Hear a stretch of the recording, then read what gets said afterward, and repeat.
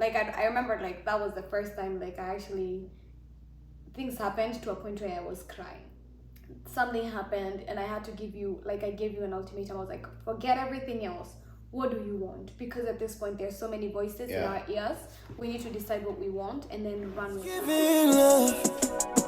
It's giving wifey, yeah. It's giving somebody that I need right now. So come and give me life, yeah. Cause it's giving, ooh, it's giving, ooh, it's giving somebody that I need right now. Come and give me, it's giving. Question to Jay. Since for Esther, she shared with us on the signs that she asked God to know whether you are the right person for her. Did you, Jay, ask or pray to God for a sign to know Esther was the one, to know if Esther was the one? I kept praying for that sign. Kwanza nilikuwa nasema hivyo hata nikiomba. Yeah, nilikuwa naomba the sign. Yes. The first time you met after a long chat, how did both of you feel, and did you enjoy each other's company? One thing that I would like to say before she talks is before she answers is that for me, I've already said that even hiyo siku yenye tulienda meet, I was just going to meet a friend, like my best friend, like she was already my best friend by the way. So me nilikuwa naenda meet my best friend, nothing more, and I wasn't expecting like any. Actually me nilikuwa I was trying really much to run away from having feelings towards her. You can't deny this. And anytime yenye nilikuwa na feel ni kama manzena, it's like nakufia udem, nilikuwa najaribu sana na avoid kufeel such. And she can tell you one way that I used to avoid like kukua nini kumfolia ama kufia sana. Mimi for the whole year that since we started talking, for the whole year I never called her. Hata hiyo nini voice call I never, like ilikuwa text tulikuwa tuna chat. Text and voice notes. God, I was so voice notes. Yeah, tulikuwa tuna chat na voice notes. No. So one way yenye nilikuwa natumia ku avoid ni avoid kumcall. Really avoid like sikuwa imcall. Look at God, it didn't work. Because I was really trying to run away from that. So mi hata siku ya kwanza venye tulimeet, the first day tulienda meet like physically, mimi nilikuwa alafu mimi nakuanga ule msee like nikiamua nikisema hii nafanya unafanya, like nakuanga sawa nayo, like nakuanga tayari, nakuanga prepared even mentally, because ningemwambia by then ningekosa ningetaka meet, like ningempea excuse na nikose. Yeah, but I did. I think for me is I thought you were vibes. I was like, and you know, for me, but then surprisingly, if you really know me, I don't like going out. I don't like hanging out with people like that. If I don't know you, I'm a very comfortable person. That's why, like, I'm a very and that's why it's even hard for me to make friendships. I'm just very comfortable. Like, if I like you, I just want to hang out with you. And if not, then you'll never catch me until like going on random dates. No. And then for me, it's also like I had never enjoyed a lot of male company. Like, not like that. In like, I was not the kind of person that you're like, oh, let's go on a date, let's go hang out with this guy. I was not like that. Like, yeah, we can do it once a year, but that's about it. So for me to actually go there and enjoy that date and enjoy being around you, enjoy being with you, for me, that was a big deal, because that was something that I'd never experienced. Like, and I'd gone on dates, don't get me wrong, but most of the time it was just like, you know, I don't know, like, you're just like, okay, it's cool, it's whatever. Like, I don't think there was like a lasting impression, but for that one, I really enjoyed talking to you. I was like, okay, like, you know what, like, even more fun in person than you are on text. So, and then like I made sure, like, for the first date, I got him like a gift. I got him a watch because I know he loved watches. So I knew that would would already put you in a good mood. I still have it. Yeah, you still have the watch, but I knew that would like put you in a good mood or whatever. But so yeah, that's how we felt. And there was no awkwardness with you. Yeah, It was indeed. just like vibes. Yeah, of course there was a lot like nerves for me. I was a little nervous, but that went away. That went away really, really quick. And at what point did the both of you feel the need to get married? I mean, I feel like we've already answered this question because we talked about how we had a conversation. Time tulianza kudate. Yeah, so after we met that December, we just kind of kept hanging out. Yeah. And then on the 31st, So after we came from Kesha, we had that conversation. Okay, I'm going back. Where is this going? What's the plan? What are we planning to do? Yeah. That's when you told me. Yeah. You told me you love me, and you told me you wanted to eventually get married. I wasn't at the point where I loved you, but I did know I really cared for you. You know what I'm saying? And I'm glad that you gave me the space to figure out my feelings without you pressuring me or pushing me. Yeah. Do you have anything else to add? Singekupea pressure because I was like, yeah, si nimekuambia. Si umejua. So hata ukinikataa sina shida. Yeah. Mi nimekuambia, and then back to my point, I had zero expectations. Yeah. So nilifika to a point ile ya si uko na zero expectations ya. Yeah. Si unajua inaweza kosa kuhappen ya. Si unajua anaweza kukataa, possibility it is high, anaweza kukataa ya. Si mwambie. Yeah. Because kama unajua inaweza happen ama ikose kuhappen na unajua possibility ni ati already, unajua the highest possibility ni kuto happen. So useme usiseme no. And I think that's So, good. Like having that expectation is good, especially for, you know, where you feel zero like, expectations. yeah, because sometimes that's why people are ending up in depression. Ukiachana na mtu because you had your expectations were so high, and then you've been let down, and now like you just spiral out of the emotions, spiral out of control. So yeah, so at that, so we after 1 month of hanging out, 1 year of being best friends, 1 month of hanging out, we had that conversation. And for me, if you really know me, I ask all the hard questions. I asked him, okay, if I'm going back, then how's our communication going to be? Na yapendi kuulizwa hard questions. I'm a babe.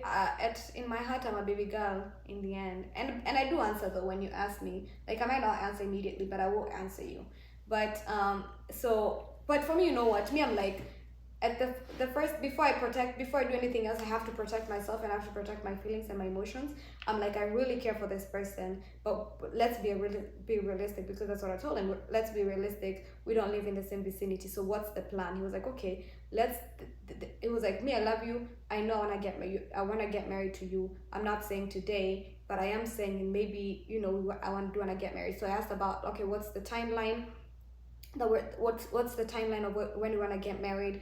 He told me for him, he was talking about, he said a year to 3 years. And you can be sure, Kiasi, and you can be sure that for a person like me at that time and her at that moment, you can be sure that sikumwambia tu, nilikuwa na grounds. No. What do you mean grounds? I did it when wakati nilikuwa na ground ya kumwambia. Haikutoka from nowhere. Oh, like, okay. Like you're not just uamki unaniambia vitu hizo. So hata nikimwambia hiyo time, by the time nilimwambia nampenda, nilikuwa najua at this moment haezi kataa. Sababu nilikuwa nimemunderstand, nilikuwa no. And you knew my feelings. You knew I had feelings for you. I know she had feelings for me. Now, the time yenye niliona ni kweli yu dema kona feelings kabisa, hiyo ndio ground yenye naongelelea. Like nilikuwa najua atakubali. Yeah. But yeah, so juu pia spendi kufanya vitu zenye na fail. Yeah, that's true. So but yeah, so I asked him about, you know, those questions about like the timeline, the timing, how is it going to be, how is the communication going to be. And I am glad that you were very assuring, and you made sure that I felt, even as I go into this, there's no pressure. I can leave anytime. You can leave anytime. Like, yeah, we're courting, but it's not permanent. So if anybody at any point wants to leave, they have that leeway. And I feel like, you know, me spending money na sketi, like I can't breathe, I'm like nimefungiwa. So you setting me up like that is what, you assuring me like that is what that's what made me feel comfortable to go ahead with it. Nilimwambia siku yenye ataamka. Yeah. I feel I can't do this anymore. Asiogope kuniambia. Yeah. No. So alikuwa free, alikuwa like free kufikiria vizuri ndio akuwe sure. Yeah. So, yeah. Okay. So the next question is, when you both shared the news of wanting to get married to each other to your families, what was their reaction?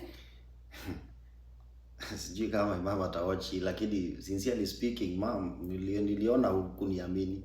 But mi nilikuwa na very hard time, nilikuwa na a really hard time kuelezea watu. There are 3 of my friends wenye nilijulisha about our relationship and we are planning to get married, na zile majibu alinipea hazikunipendeza, so nilikaacha kushare. I stopped sharing about it. Na hata watu wengi walijua wakati tunakaribia kufanya wedding. Ndio watu almost everybody alijua. My mom pia yeye venye nilimpigia nikamwambia mom, sasa unajua hivi na hivi na tutakuja nitakuletea msichana bla bla bla. Kaniuliza ati yako wapi? Na mlionania wapi? Sasa mnaongeanga akiwa huko. Mama alikuwa like she couldn't believe it. Mama alikuwa like Yeah. Kaka like okay. Manze nilifeel mama hakuwa anania. Mama alikuwa anaona ni stories za jaba. You're creating a girl in your head. Mama alikuwa anaona ni stories za jaba, yeah. Until ile siku yenye alimuona, I think hapo akaanza kuamini. Yeah. Unaona? So mimi si watu wengi walikuwa wanajua until time yenye wedding ilikaribia. Unaona? Yeah. Mi juu sasa venye niliambia, I think actually the 3 friends that nilishare na wao sitaki kusema venye waliniambia. They broke your heart. So nikaona tu let me keep this to myself. I think my family was very excited. They were very supportive. They had met him. Obviously, if I'm going to, I had never ever introduced a man in my family before, like to my dad and everybody else. And my brother had also never met a person, anybody that I was talking to. As much as I talked to quite a lot of people, they had never met any of them. So for them, they were very excited. You know, I was the first one to get married, so we didn't know quite a whole bunch, but we figured it out as time went by. It's 11:25. So we figured it out as time went by. My friends were very, very excited. They were very, very supportive. Where I felt a little bit of resistance. Okay, I also felt like I had disappointed a lot. There were very many people that were like, they were very upset that they were not the one. Like, and you know, and you know, like, you know, my thing was like, but they were very, also, I want to say they were very respectful. So I did meet a little bit of that. Something else that I saw out there, but that was from, you know, the other thing that I saw is that also, I think also a lot of people did not know I was getting married until we were about to do the wedding. Yeah. So I think I also kept my news very under the water. And the reason that I did that is because, of course, people have their own opinions. You know, they're like, oh, like, you know, obviously there's some people that were very opinionated about the fact that I'm marrying from Kenya and not from here. But then it's like, babe, please, it's my life. Yeah, they were very, very opinionated. But then I think that's why for me it's very important to protect my space and to control the information that I'm putting out there. Like for me to come discuss this here, it's because I have no problem when people judge it or not. So it's like if you advertise your information, then no people will have an opinion about it. So I tried to number control the people that knew that I was getting married up to the point whereby we were getting married, and that worked in my opinion because but then it's also like, you know, this is a decision that I've made. My family is okay with it, God is okay with it, my partner is okay with it, his family is okay with it. Honestly, to me, it really didn't matter what the rest of the people were saying. So that's how I felt about it. But my family and friends were very excited, and they were very supportive. But for me, kuna vitu niliambiwa like unaambia mtu then maswali anakuuliza and comments ana make like, yeah. Me zilini affect but mentally, alafu the reason as to why niliona tu ninyamaze na vitu zangu ni the people that are making such comments kwa masikio yako na wenye wanakuuliza maswali fulani ni wale watu wenye hunge expect. So unakuwa like, huyu mwenye ananijua vizuri anani-attack, anagani kama anani-attack na mwenye anijui. So I was like, because nilikuwa like ingeendelea hivyo hata ninge end up kutoka kwa hiyo relationship na cancel everything. But then like our wedding season was one of the hardest like our wedding planning season. Okay, let's call it our wedding ceremony. Planning our wedding ceremony season was one of the hardest times of our lives because it was a lot. Like I remember like that was the first time like I actually things happened to a point where I was crying. Like that was like where we were like at the verge of like where I was crying because I'm like, I don't understand like why this and this is happening. And then it was also the season whereby we were like, I remember something happened and I gave you an ultimatum. I was like, forget everything else. What do you want? Because at this point there's so many voices in our ears. We need to decide what we want and then run with that. But like the wedding season really frustrated us. It really frustrated us. Next question, your time. Yeah. Okay. This is actually the last question. Tell us 5 things y'all love about each other. Mi nasemanga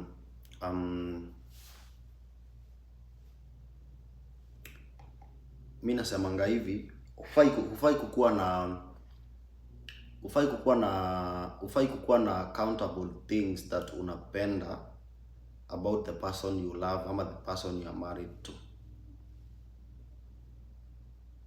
because unafaa upende kama unampenda yeye, unafaa upende kila kitu about them. Yeah.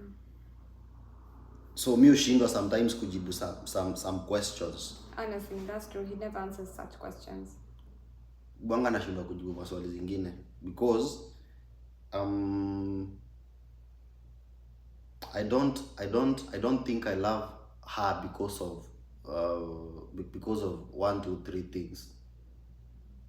Like I love her and everything about her. And everything that she comes with, even the baggage. Yeah. Everything. Okay. He answered for the both of us. Well, I didn't believe that until he told me that. I was like, oh, that actually makes sense. Until nilimkaisha chini nikampeleka shule. Yeah, he schooled me. But one thing. But unaweza taja by the way, one thing that I love, one of the things that I love about you is that you're handsome. Ladies, let me tell you. You know, there was a gospel that was being preached in church. Ati unazoa mtu juu ya tabia zake lakini si sura yake. My friend, you're gonna wake up to that face. You better make sure it's a face that's attractive to you. Unaona, that's just my personal belief. It's like let the person that you're with be a person that you are actually comfortable with. You love how they look, you love how they appear. And one thing that I loved about you is that you are a handsome man. So obviously, but there was obviously, mapenzi inaanzanga na macho. Si roho. Huwa unaona kwanza. Yeah. You have to be attracted to that person. Huwa unaona na macho kwanza. Because I think in Christian tusidanganyanange. But have you heard about that phrase whereby you're being told like, oh, mtu mwenye anafanya nini, mtu mwenye tabia ni mzuri hata kama uso si mzuri sana kwako. Obviously everybody is beautiful in their own way, but you have to find that person attractive. I think for me, chemistry and attraction was very important for me, and that's what obviously that's why I'm here. But some of the qualities that I absolutely love about him is that I love that hananga kirere. Let me tell you mine now. If there's something that I cannot stand, it's kirere. And I know these are like simple things. I love that he's responsible. I love that there's so many. Honestly, I love everything about him. I love that he doesn't talk too much. Everything. I know, but because it is everything. But I do love that you were a responsible fiance. You have been a responsible husband. And I love that when I'm with you, I can be a girl. You're welcome. I can be a baby girl. You're welcome. Because my man is right here. I love that. I love that when I'm with you, I can just be a baby girl, and I know you will take care of some things for me. Okay. Aww. What are 5 qualities? 2. At least one quality moja you like about me. Of course, other than my sexy self, my beautiful me. Ya kwanza, she's beautiful. Of course. Really. I will emphasize on really. Really. So and for me, by the way, yeah. Tukikuja kwa kuona na macho, lazima unifurahishe bila makeup. But me, I've always been a natural babe though. Let's be honest. Lazima unifurahishe bila makeup. Oh, ya pili, she's so supportive. I try. Yeah. Loving. Na heshima. She respects me. Hiyo hata ilikuwa inafaa ikuwe ya pili. Yeah, because as long as your wife respects you genuinely and as the husband, as the man of the house, everything else itakuja automatically. Yeah. And I do also, and let me tell you, I think for, you know, like what I'm saying, like you make me feel like a bit, like I'm still a girl in this relationship. I think that has been because of the intensity of which you love me. And I think that's what even kept us going when we were considering when other people's voices were so loud that they were affecting our relationship and how they were affecting our relationship and our plans, the plans that we had. I think that's what kept me going. The fact that I never not even once I never had to question how much you loved me and the extent and the lengths that you were willing to go for me. That's what really, really, really, really kept me and protected me and preserved me. I knew that he loved me without a doubt. And I remember one of the things that you asked me is, after like now it got too much, you asked me, do you know I love you? Do you believe I love you? Has that changed? Okay, then why are we letting everything else come between us? Mm-hmm. And the fact that the way that he loved me had not changed, it had not reduced or anything, that made it so easy to get through that season. Like I knew you had my back and I knew you would protect me. And even after we got married, there were some hard choices that you had to make for me to be okay. Mm-hmm. Yeah. And I appreciated that you were so concerned about my well-being that you were willing to make those hard choices for me to be okay and for us to be okay. But anyway, I love you. I love you, baby. So at least uniambie you love me, Belle. What is this, man? Sorry. I love you too. No, I don't want it. No, go away. Sasa watu wataona hapa unajua umezoea kusema tu hivyo tukiwa kwa gari, I love you babe. Na mimi niko like Sasa jaka na kupost bana. Bana.